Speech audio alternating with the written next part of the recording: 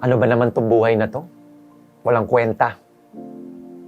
We hear that a lot in Filipino soap operas, probably in our real-life neighborhood and even coming out of our own mouths.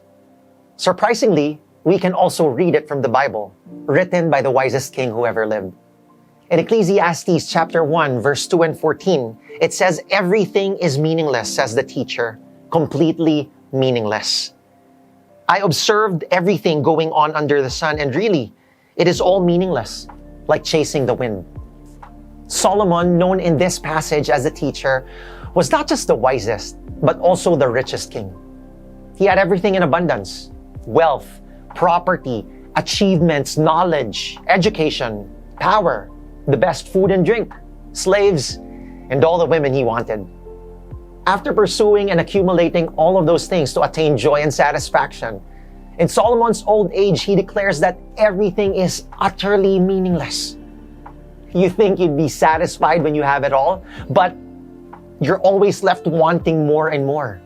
Story of our lives. If only I can have that bag or pair of sneakers. If only I could become the CEO. If I could save up 10 million, I wouldn't ask for anything else. I bet you know it doesn't end there. All throughout the book of Ecclesiastes, Solomon talks about his experience of life under the sun, or life in this world apart from God.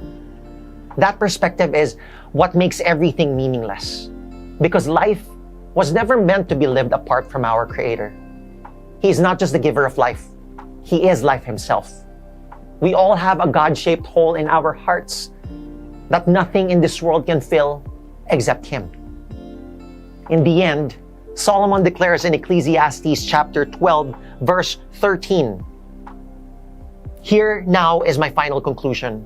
Fear God and obey His commands, for this is everyone's duty." The purpose of life is not the pursuit of things and accolades, but knowing God, doing His will, and keeping His commands. Only in Him will we find true joy and satisfaction. How do you view your life right now? Beautiful or meaningless? What are you pursuing? God or the things of this world? Maybe it's time to reassess the way we live. Join us for the next 2 weeks as we go through the book of Ecclesiastes to learn how we can truly love God and live for Him.